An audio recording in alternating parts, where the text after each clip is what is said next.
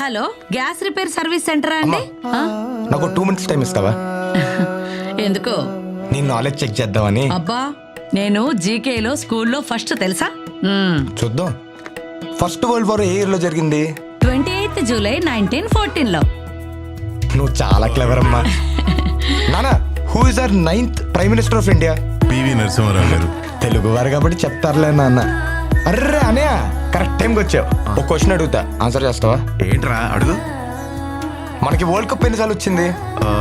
Cricket లో 2 సార్లు, హాకీకి ఒకసారి, చెస్ లో 2 సార్లు. ఒక్క క్వశ్చన్ కి 3 సమాధానాలు.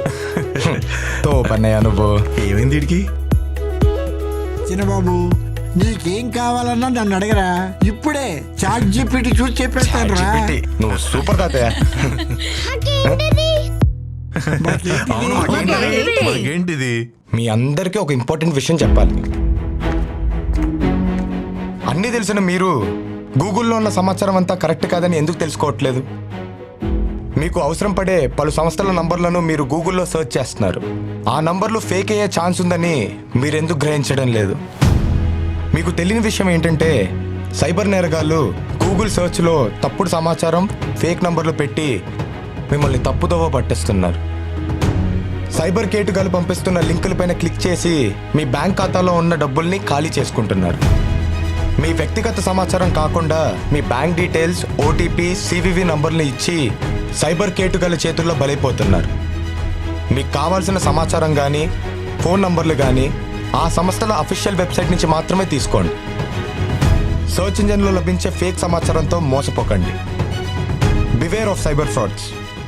ఒకవేళ కానీ మీరు ఇలా సైబర్ క్రైమ్కి గురైతే 1930కి కాల్ చేయండి.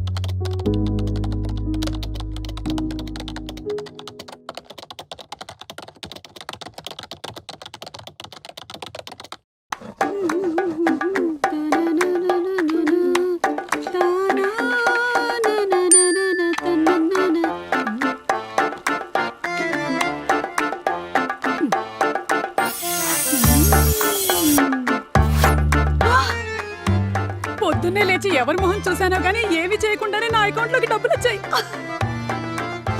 బ్యాంక్ డీటెయిల్స్, 10 గ్రాములకి పైగానే నేను గోల్డ్ కొనుక్కోవచ్చు.